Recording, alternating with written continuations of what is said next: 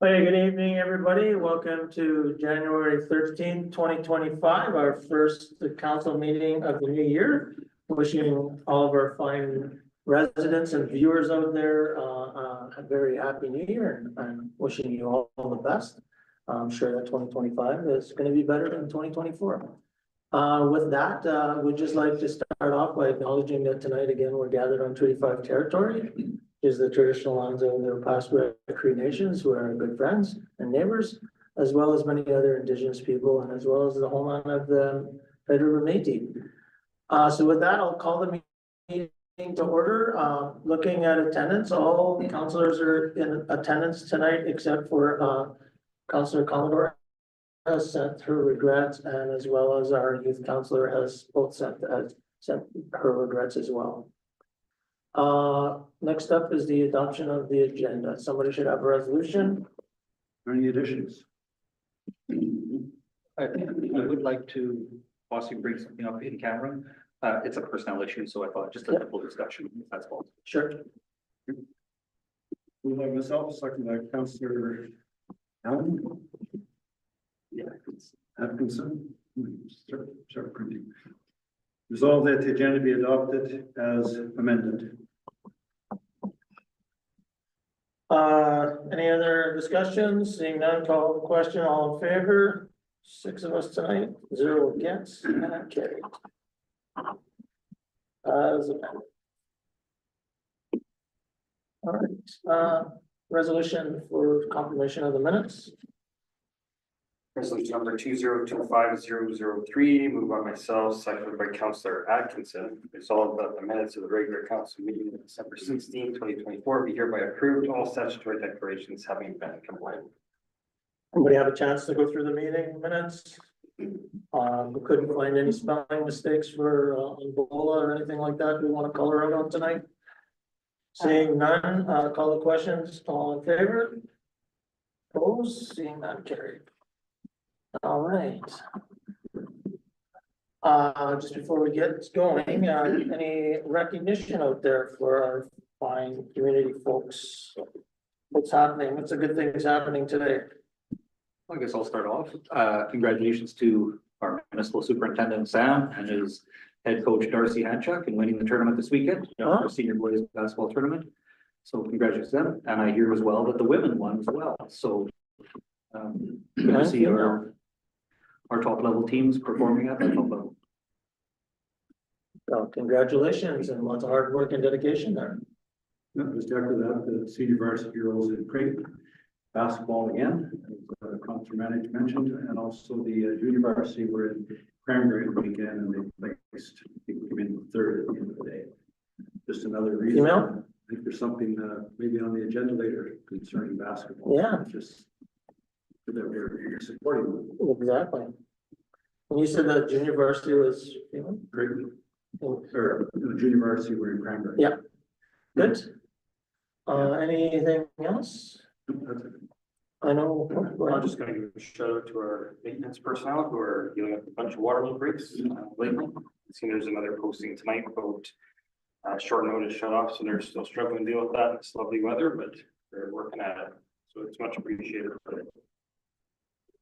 And I'll add, I was honored to go to the Twisted Sister opening on just kidding. What was it? It was Twisted Tea. Thrifter Sister, yeah. I keep saying Twisted Sister. You've used that name.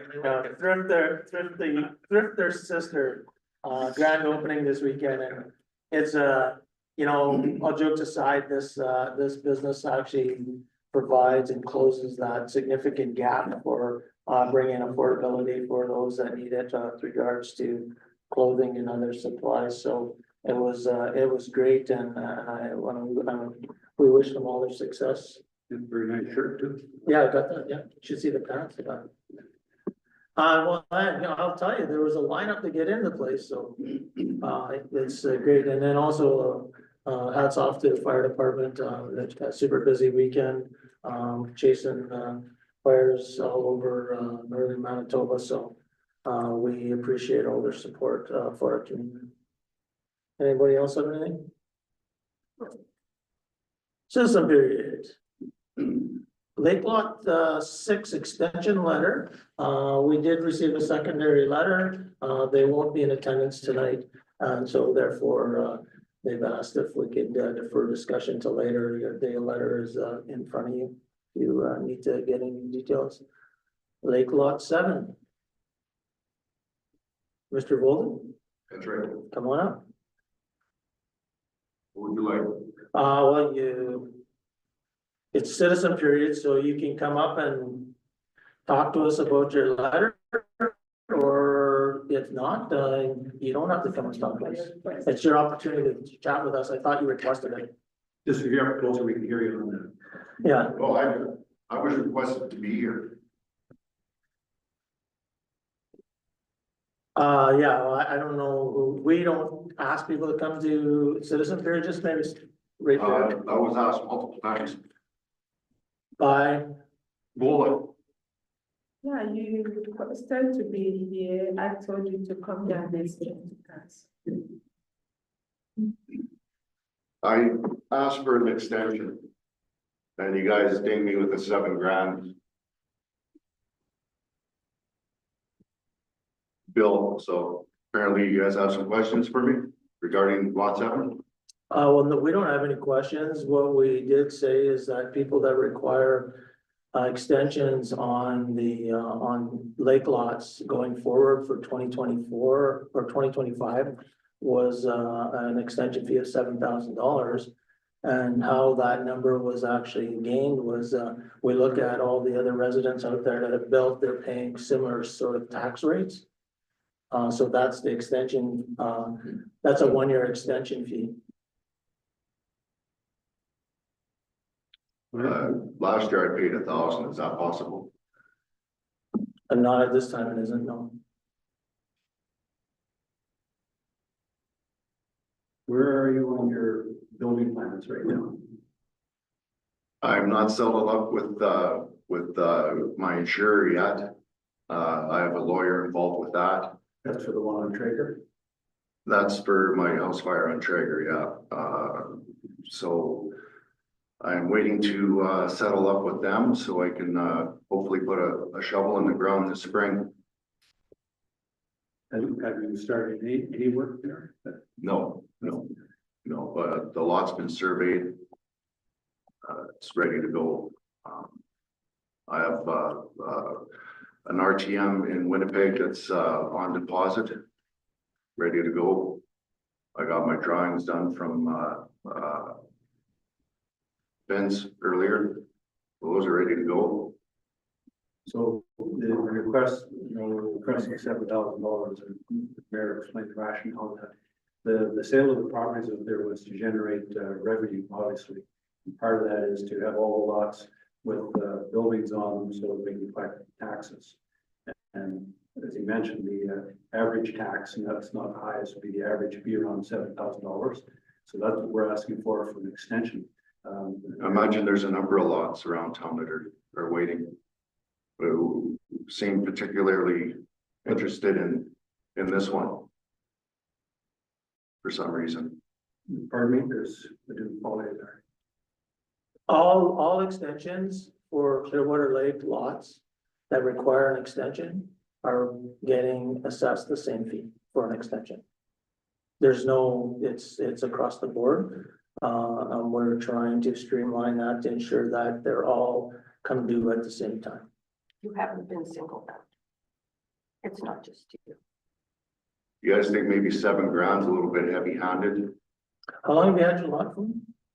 I purchased it in 2023, 2022. Last year was my first extension. Yeah, when they signed on to the development agreement with those lots, is that the development agreement clearly outlined that you had 2 years to actually do it. And if not, you had to come for extensions, and this is where we're at today. So I know there'll be further discussions with other lot owners in the future, and that's kind of where we're at. Well, I mean, you go an hour down the road to Cranberry, and they're giving extensions and they're allowing people 5 years to build. Unfortunately, Which I yeah. don't think is unreasonable. Yeah, unfortunately, I think these lots were all sold in 2017. So, you know, we're almost, going on the, Okay, you guys were asking 80 grand for these lots. And then they went, for a draw for $1,000 a pop.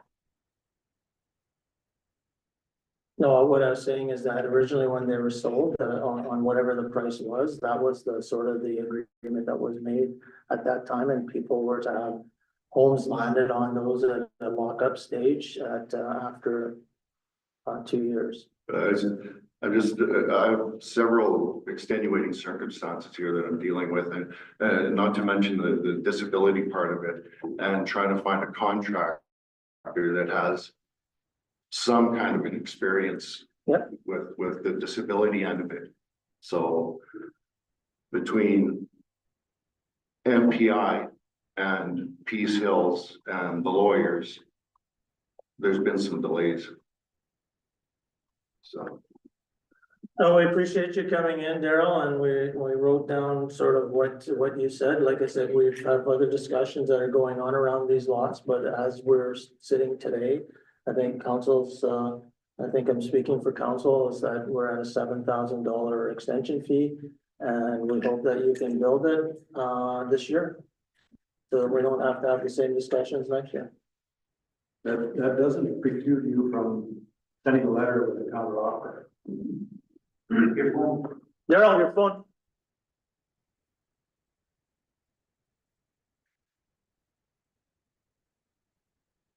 Hey, anybody else for citizen periods? Okay, we've got Clean Communities Corp, Mr. Linklater. Pop on up, tell us who you are and what you're all about. And let Bola get you tuned in here. I think my, well, my team's presented a presentation that you have. I believe, Jody, you just want to introduce yourself and sort of make it formal so people could. sure. Yeah, my name's Joey Linklater. I'm originally from Mississauga Cree Nation, and I lived in the pond now for about I think going on to 16 years. Room, if you could just speak up a little bit because the acoustics is terrible, so. Okay. And I think they're trying to get you tuned into, No, we are not recording. So, oh, they're not, oh, okay, I thought we were popping up their presentation. Do you want to look off of my presentation? Like, how do you guys want to do this? I think no, Ryan, we have the presentation already on your screen, Yeah, so just put it on, that is what it will be. oh, they're, okay, we're gonna look at it, they're just gonna step us through it. Oh, okay, sorry. So we have about 3 people here on the screen. Can you speak up and introduce yourself, ma'am? Yes, good afternoon, everybody. Good evening, I guess. Sorry, I'm not able to be there in person. I'm joining this evening from beautiful Winniponne Cree Nation, where it's a little warmer than it is in the pot today. My name is Marley Goebel. I'm actually from the Flin Flon area. I'm the VP of Community Development for Clean Communities Corporation. Just a little bit, very quickly, I'm coming to the table this evening as part of this team representing this project with about 16 years of experience in primarily employment training fields. And so a real passion for looking at how we generate opportunities at the community level that have long-term impactful outcomes for communities. So through housing, also creating other opportunities as well.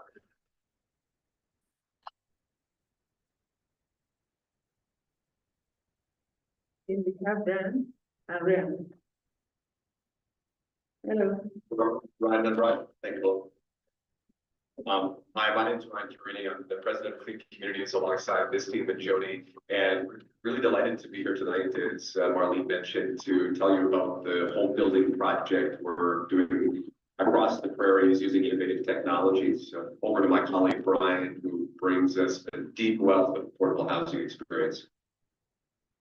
Good evening, I'm Brian Wojcicki.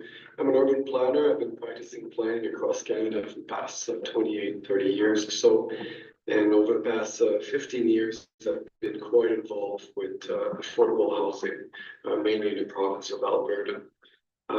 We've been able in Alberta and the city of Calgary to build a significant amount of housing to be able to assist those in need in our community. And I'm glad to be here today and present our vision, intent in terms of housing and the projects that we have in northern Manitoba, in the park.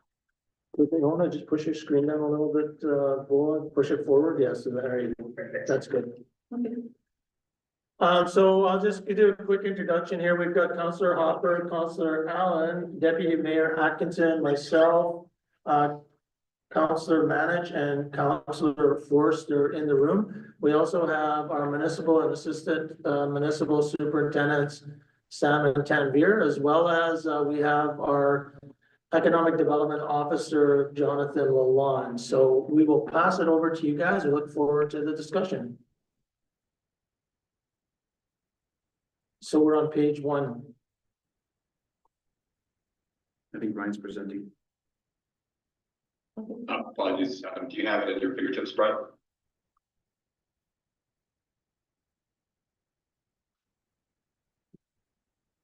We share our screen, or is it already shared? No, we have the presentation that was sent to us. Well, maybe I can start there, Ryan, with slide number 2, which is the Clean Communities Corporation introduction of the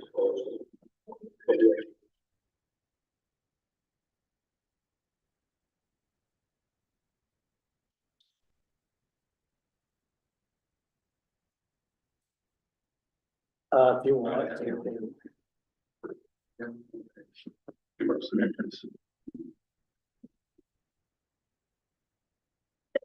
Makes sense in our end, gentlemen, that we share the presentation so that we can all follow along at the same time. If you want to pop it up, that'd be fine. Like I said, it's either way. We have it in front of us, Marlene, but however you would like to follow us along, I actually, it'll work. All right, well, let me share my screen and then this we can take you through this as we go.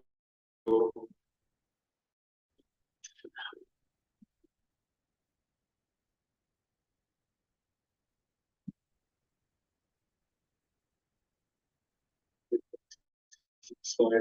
Yeah, Screen. Oh, perfect. meet our team. So a little bit about the company. It was founded so that communities could access the best available infrastructure technologies. We found there was a gap between the technologies that we were seeing and communities' ability to access those technologies and have them. So with Indigenous cultural values in mind, and Communities Corp is an Indigenous owned and led company. We are working across areas of community infrastructure, and tonight we're focused on housing.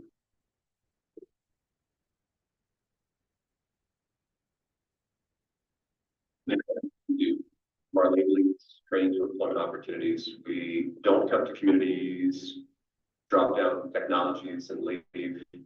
We're partners for the long term, and for us that means really contributing to those communities and making strong communities. In order to do that, we've pioneered and adapted training to employment programs that really allow us to create meaningful employment opportunities with all of the projects that we do. And we take a community-centric approach. We want to collaborate to understand the need so that we can best address it together. We had 4 main focus areas. Electricity and clean hydrogen was one of our first areas. We very quickly realized that particularly in Indigenous communities and Métis communities, there is a need for additional potable water, drinking water, wastewater management technology. So we sought out the best partner we could find globally and began to develop those projects with that partner in communities. And more recently, we began to look at growing systems that could be used for economic development, but are generally more intended to provide low-cost, fresh food in community.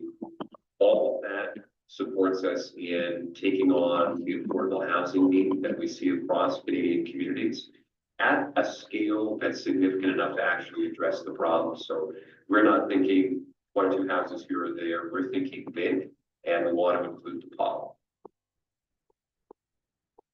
Over to you, Ron. Yeah, the technology that we're looking at right now and that we've been working on over the past few months is to bring a technology that we have referred as the comfort wall. It's a prefabricated steel system that allows for prefabricated in manufacturers and be assembled on site. It's a product that allows to develop multifamily, but also to expedite and deliver a product on site very effectively, quickly, and more sustainable than the majority of the traditional wood construction that we have. The comfort wall is done in manufacture, so in the environment that is more controlled, allows for the best quality to be produced, and the assembly on site becomes a little bit more easier, faster, and more effective, which allow for us to deliver products of housing in communities a lot faster. We had some initial discussions with the party. There were a number of sites that were presenting to us to look at the feasibility of putting some affordable housing in these sites. We identified the site 3 here, but again, these are initial thoughts that we've had and a concept that we've developed to see what could be possible here, and a lot of discussions that will still need to be had to discuss servicing and access and so on. But out of the 3 sites, the initial site that we believe is probably the most appropriate at this stage would be site 3 that we have at the top of the screen there, which is a site that would allow us to develop our type of housing. We believe that we would be able to place at least 4 buildings of 90 units, so approximately 360 to all the way up to 500 units on this site. The project that we have with Comfort Wall, what's important for us is the ability to scale the project. So we want to be able not only to come in and build a building and leave, but to be able to develop a whole product in a pipeline that would allow to train people with skills, whether it's plumbing, electrical, those that can do prefabricated installation, concrete, and so on. So it allows us to build a team that can deliver those buildings and not having to stop and go. So being able to build a building and then move to the next one, create much more stable jobs, a much more effective way of building and delivering buildings in communities. And that's what we're looking at, a scale where we would be having at least 4 buildings in the first phase with the ability to keep scaling up. The goal here is to phase our development, of course, to be able to produce and offer a building at a time, and each phase would be evaluated to know what the demand is in the community, what is needed, what kind of mix of housing is required, and be able to keep fulfilling the demand and the need in the community the best way we can. In order to get there, we started a process where we developed some type of units, a full typology of units where we would have bachelor units, 1-bedroom units, bedroom with a den, 2-bedroom units, and we came up with 5 different units that we would have in our building. The smallest one being a bachelor type unit is about 350 square feet, and the largest one being the 2-bedroom or the 1-bedroom with a den being about 550 square feet.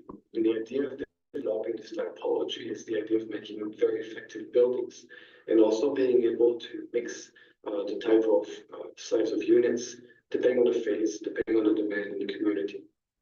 Putting this together, we've come up with a series of buildings. And again, this is very conceptual. The majority of our buildings will be 3 stories. We would look at about 90 units to up to 180 units, which is the product that you have in front of you, where we would be able to have efficient building, built with Comfort Wall, using solar technology for the envelope of our building to bring energy for use in our building. Being able to create community space, so office space, community space that would be offered not only to the tenant, but also to the community at large as well.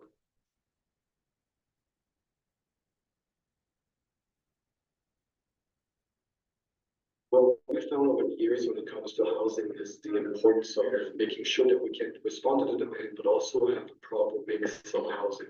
Whether it's mixing 2-bedroom units, 1-bedroom units, bachelor suites, but also integrating in some circumstances townhouse, even single detached dwellings. We've had very successful project where we had multifamily development that is living on the same site with townhouse, which would allow a full spectrum of housing offered on the same site.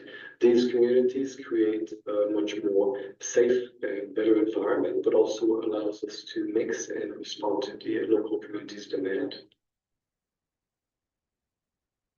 The majority of our buildings are 3 stories. However, we are looking in every communities that we will go to make sure that we can actually respect the context that we're in. If we're in a context that is more commercial, we may be going higher in our buildings. If we're in a community that is a little bit more single detached dwellings adjacent to our site, we may use townhouse to create a transition towards our building. And we want to make sure that we can actually bring those buildings and integrate well in the community.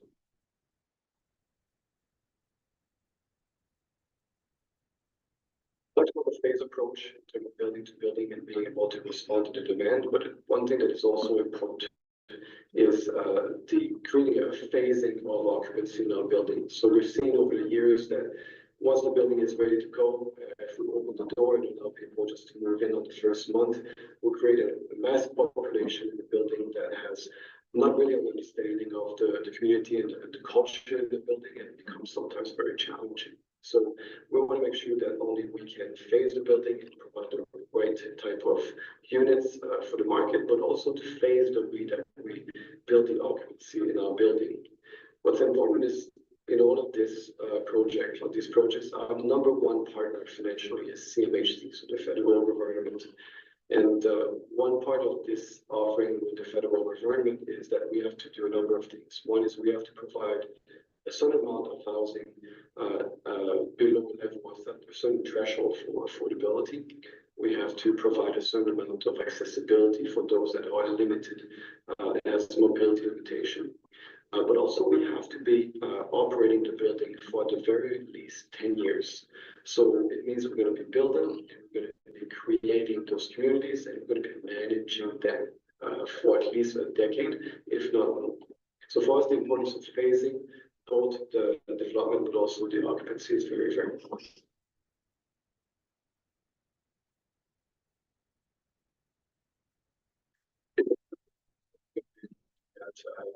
Projects is first obviously develop a concept, having the chance to present to communities like yours, and then be able to go a step further and to refine that concept to start evaluating the type of criteria that CMHC, our main partner, will be looking for and see if we can actually deliver the product. For us, what's important is the ability to have sites that are serviced already, that are already zoned or ready to be zoned, sometimes already subdivided. CMHC put a lot of value in projects that are already shovel ready, as we refer to, and support projects that are ready to go. So for us, the closer a site is, the less upfront pre-development work there is, the more valuable it is for us, but also for our partner, CMHC.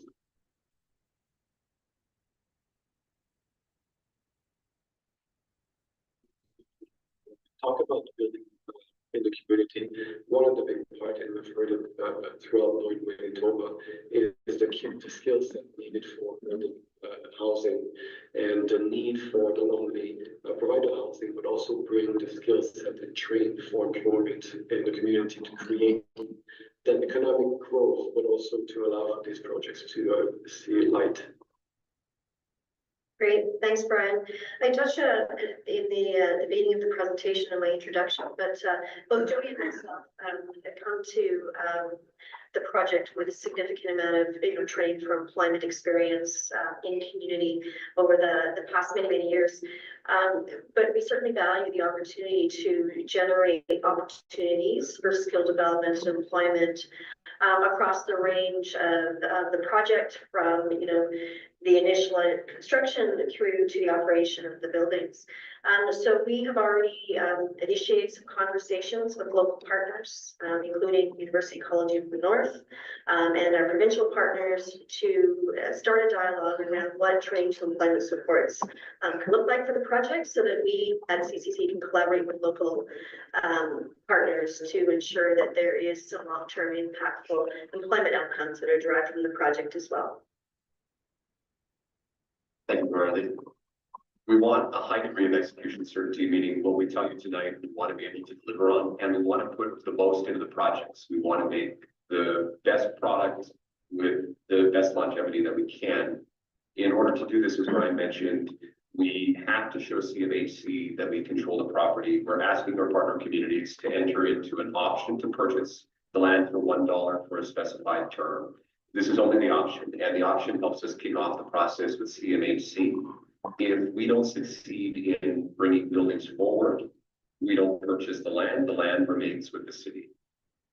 We're asking the PAW to authorize initial funds for some assessments that would go along with the option to purchase. So that would typically be an ESA phase 1 to verify that at the time of the transfer, the parcels are not contaminated, or an ESA phase 2 if there have been historical uses of concern, and a site survey typically. We would repay the PAW for all of these expenses at the time that the initial C funding from CMHC is released, which would be around a month or two after the time that the PAW would commit to a project with us. We're also requesting that the PAW waive all municipal development fees and aid us through the development process as we collaborate on being sure that the types of units, the types of buildings really work for the community. We're also asking for the same reason, so that we can put the most into these developments, a 2-year property tax holiday for each of the building phases, starting when the phases go into operation. And finally, we'd like to collaborate with the PAW on an ongoing basis to identify additional parcels and look at future infrastructure projects, including the servicing of those parcels, community amenities, and really develop a long-term partnership where we can enhance community resources together. Timing for us is important, and the sequence is also important, as indicated by Ryan. The first step for us is to have an option that will give us up to 24 months to continue the development of our concept to a point where we have a set of drawings issued for construction with a site that has been fully designed from a civil standpoint. And that first step allows us to actually invest into the design, invest in the community, knowing that there's some guarantee that if we're successful with our partners, then we can secure the land and start the construction of our process. So looking at the timeline like we have here on the screen, the first step being the option to purchase. This is what triggers the initial feasibility of the project. It allows us to look at environmental assessment. It allows us to evaluate the market, what the market is looking for. It allows us also to do our initial submission to CMHC to start a conversation about our project and what we can do and how we can finance it. Once the feasibility process is done, then we go to a full design, which essentially is a building permit process that would allow us to develop the building, the structure, the infrastructure, and so on, and design everything so we're ready to go. Once we have that in our hand, we will be then capable of moving forward with securing CMHC financing and be able to secure and complete the land sale agreement and take ownership of the land so we can start the construction. Once we have this, then it's a matter of the construction, the timeline for the construction. We know that the first project that we'll do in the community might be a little slower than the second and third project. We are hoping to keep learning and improving on the timeline of the delivery of our buildings. But we're looking for the full timeline all the way to start of construction would be 4 to 6 months, maybe even more on the first project, and then the construction being anywhere between 12 to 16 months. Sorry, just, I know it's difficult to hear, so you said 36, if everything went as per plan, 36 months till construction would start and then 18 to 24 months to construct? No, up to 6 months. Oh, 3 to 6 months, yeah. And 12 to 16 months for construction. Okay, 12 to what? 16. 12 to 16. Sorry, I thought, But of course, this is in the best case where we start the process at the time where. yeah, Whether permit, we can actually Yeah. start construction, but generally that's the timeline we're looking at. 4 to 6 months. But there you go, thank you very much. Thank you for that, Brian. Okay, council, have any questions for the team that's online? Councilor Alburn? I have a couple. Thank you, for your presentation. Thanks for having interest in our community. Obviously, you've done your research on our community. Have you ever heard of Ron Developments? Yeah, I have. So, just speaking for myself, I'm a little gun shy. For obvious reasons. It's a big commitment on the town. It looks very good. Can you show us or tell us, I'd like to see some of the projects that you worked on already in communities our size and success timelines, if they kind of follow with the lines that you've given us today. I'd like to see, you've gone to a community such as Bob. What was the project? Was it successful? Sure. What were the drawbacks? What were the positives? 2 or 3 examples. Sure. Well, what I can say before Brian jumps in is Brian has a lot of experience, a couple of thousand houses that he's built independently. And for myself, I've done about 100 and something houses myself on First Nations. And the team here, because we have a significant skill set, we decided to work together to see if we can take it to the next level. And so that's what we're trying to do now, is we're bringing, the team from across the country and trying to do this. So I guess I'll let you guys know too, like Flin Flon. If you're not aware, they've already are working with us. And I think it was last week, I believe, that they signed off on 360 units. And we want to be able to work with, initially it was, when I first came here, it was interesting because I had a heck of a time trying to find a place, and then my mom moved here and she had a hard time and she said, well, how come you're looking at the bottom? And it just completely passed me. And I was just like, well, yeah, maybe why am I not looking at the ball? So that's what started me on this journey to start trying to work with the ball. And I have tried before, by the way. I did do a proposal actually on wastewater. And it never made it to council, but I was trying to do that with, I guess the outline says the town over there. Council? Yeah, but nothing ever happened. But I believe I put the contact with Jonathan there, so he's been talking to the same guys that we were working with before to find solutions to your complex problems around wastewater and water management systems. I can appreciate you signed off with Flin. Can you show me a couple of communities where you've done a development like this? Or is this going to be kind of the first one? Together as a team, it'll be Flin Flon and Spirit River. Is that right, Brian? That's right. So let me maybe jump here a little bit. So I've been doing affordable housing for quite a number of years, and here's a little bit the story where I'm coming from and how this sort of came together. About 5 years ago, I took the leadership of an organization in Calgary called Onward Homes.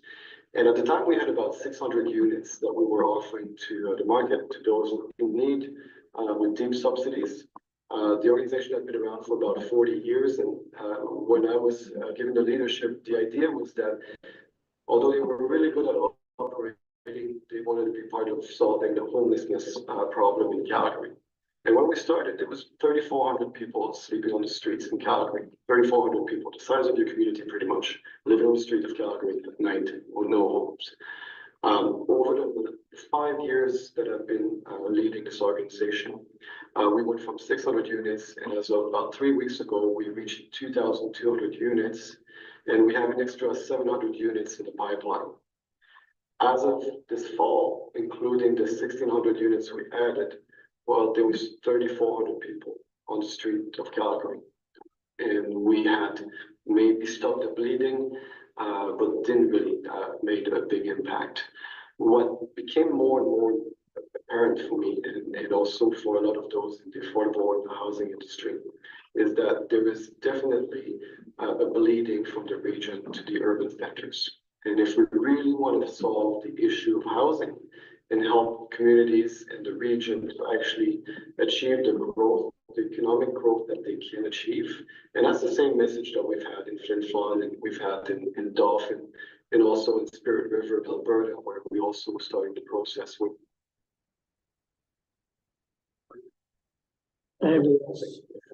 housing. It allows people to grow. And so this project that we have here with CCC relies on the fact that we found a solution with this product, comfort walls, that allows us to go in the region and be effective.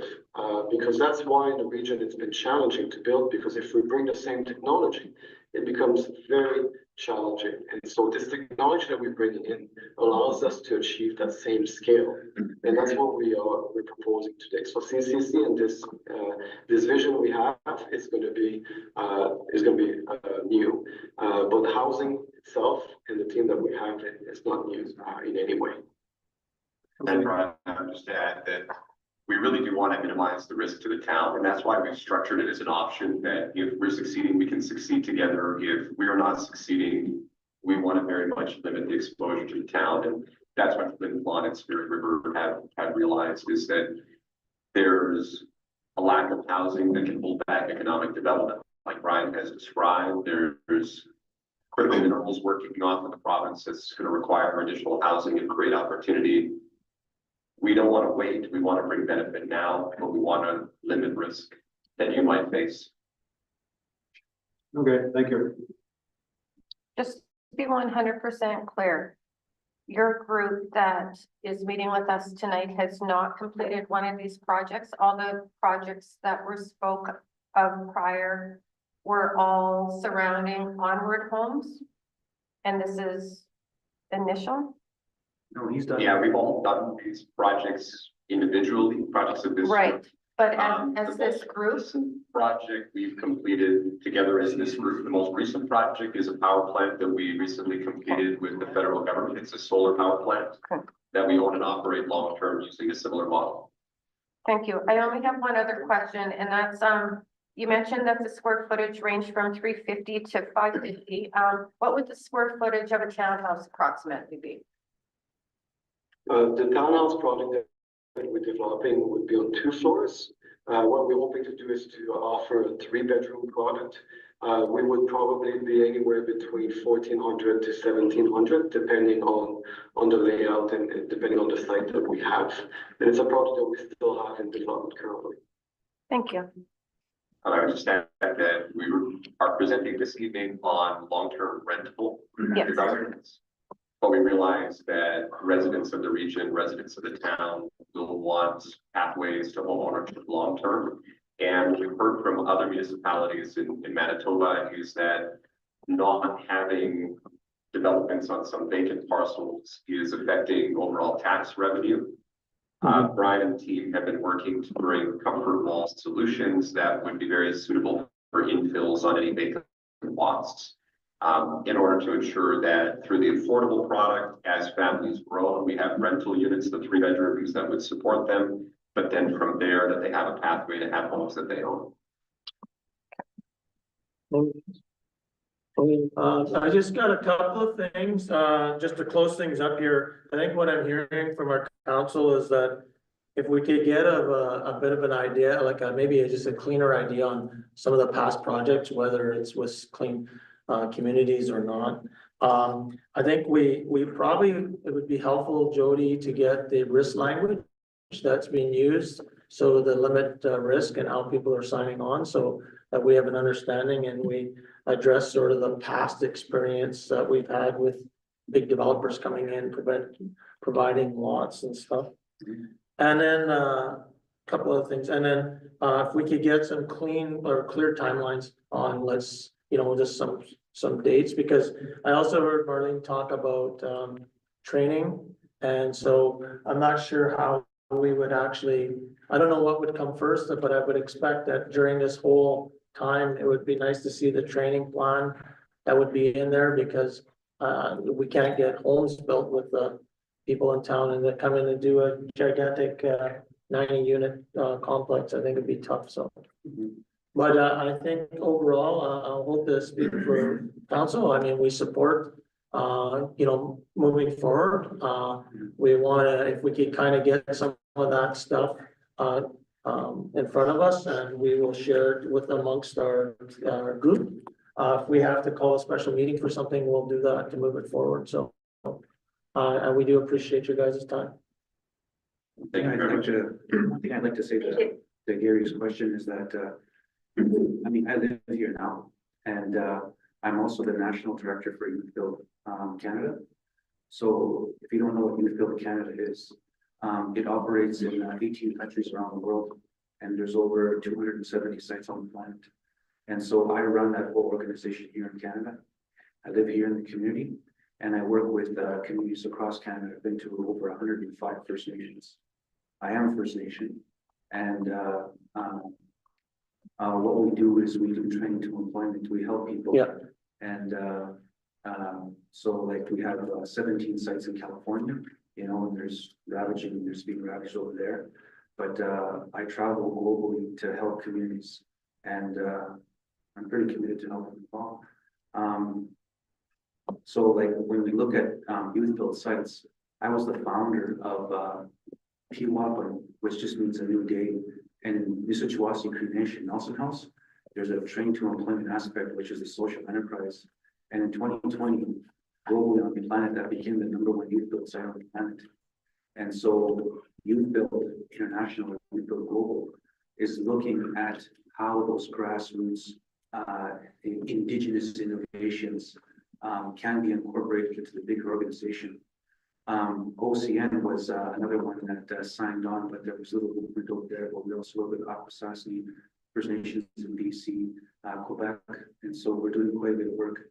And if you need to know more, I mean, you can Google that stuff. So you can go to the Youth Build International website.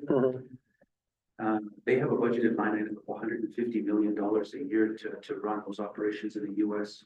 And so that's what we're trying to do here in Canada, is to stand out.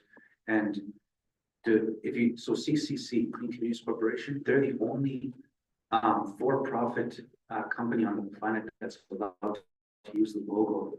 That's significance. That's an auditing process that took years for us to get.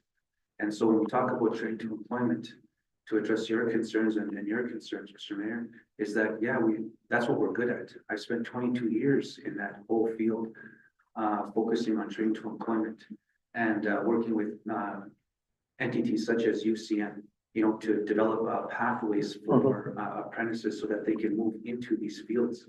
And so I would see ourselves attached at the hip with University College of the North, and working to try and get a pathway of not just educating for the sake of educating, because it gets nobody nowhere. So I'm more interested in having employment, meaningful long-term employment attached to that. And this could be a pathway, especially if you look at phase 2, where apprentices that are coming out of UCN have a 4-way pathway to get the carpentry, electrical and plumbing that they need, and to bring those skills and keep those skills here. So everything that you see on these asks, 1 through 5, this is not just us shooting from the hip. Like Brian spent 35 years working with CMHC. I've spent probably since 2016, even before that, working with CMHC. And you have to understand, Gary and team, is that there is $10 billion in the queue right now that are people like us sitting at the table asking CMHC for funding. So my question to them and that team was, how can we stand out? How can we get out of that queue and to be a part of that funding that's going to be administered to you guys? And they said, well, if you can do this right here, that shows the town's commitment, and that shows that they're ready to do something that's shovel ready. We should be able to make that happen. So this is not just something that's just, I think Jody, I think you don't have to try to convince us more. I think if you provide us some of that detail, especially Sure. around the agreement. Yeah. What that agreement would look like and just sort of what the timelines would look like. I think it would be easier for us to have a discussion, and like I said, we do appreciate your guys' time tonight, and For sure. and if we can, the sooner we can get that, then the sooner we can get back to you. And Just one question. You guys can call This anytime. one, yeah. Just one question I did have. You mentioned that Flin Flon has signed on for this. Yeah. These items 1 through 5, did Flin Flon agree to all those 5 as well? They got the same one, but there's nothing different. And Spirit River as well. So we're making the same request of all Yep. communities, and our intention is to approach CMHC as the region, not as any one individual community. Yeah, I think that would be. Andre, maybe there's just a quick point of clarification, and I'm sorry, I lost some of the sound earlier. But really, the first step in the process is the option to purchase, which is actually, it's a draft document that's been created in collaboration with one of the, the other communities. So it's got some of the language that they felt really comfortable with in the document, but it is a draft document. So we really encourage you to take a look at that and see how that fits for you. But what that document does is really create some security for both partners. Right? So it creates some security for us. It gives us an option purchase, which leverages the opportunity for us to move forward with our partner, to secure some seed funding, to do the feasibility aspects of it. And it creates some security for you, because if things are not moving forward in the manner that you wish, then the purchase doesn't move forward. So really, if you take a look at that first document, that probably answers some of the questions that maybe you're wondering about in terms of what's the level of risk to the community, given perhaps the negative experience that you've had in the past. So we will look at that, and my apologies if we have that document, because I just don't remember it off the top of my head. Yeah, Oh, absolutely. We sent a package, and if you have any questions, please let us know. You don't have it, Bola? It went along with the slide. I'm not sure it's discussed. yeah, so Bola will share that with I'll council. make sure you have it. And yeah, and then we, like I said, we'll get back to you guys as quickly as we can get back to you guys. We're interested, let's not, and once we kind of see all the details, if it's something quick, we can call a special meeting, and we don't have to wait for 2 weeks if it's important. So do you have is there significant urgency from your part, Jody, on this to get this done sooner than later, I guess, or? No, there's no, it's just, unlike the other, people that, tried to develop and disappear. I mean, I don't want to be embarrassed to live here. Yeah. We'll raise the taxes. You guys feel like I know where that guy lives, I never see him, so. What if all 3 projects are all happening at the same time? Is that something that's feasible for like Spirit River, Flin Flon in here? Yeah. So just recently, we went to Niagara Falls and bought the manufacturing plant. We just got back last week. We have the ability to do what we say we're gonna do. Good. Yeah. Cool. Okay, thank you very much, folks. Enjoy the rest of your evening, and we will be in touch shortly. Okay, thank you. Thank you. Thank you very much. No, nothing personal. It's just, my whole thing was just, it's exciting, but I'm. Can we- about the social aspect. Can we go into the camera real quick? Because I think the citizen period for RCP wanted to be in camera, correct? So for folks that are watching online, we'll just be going in camera for a few minutes. There will be no actions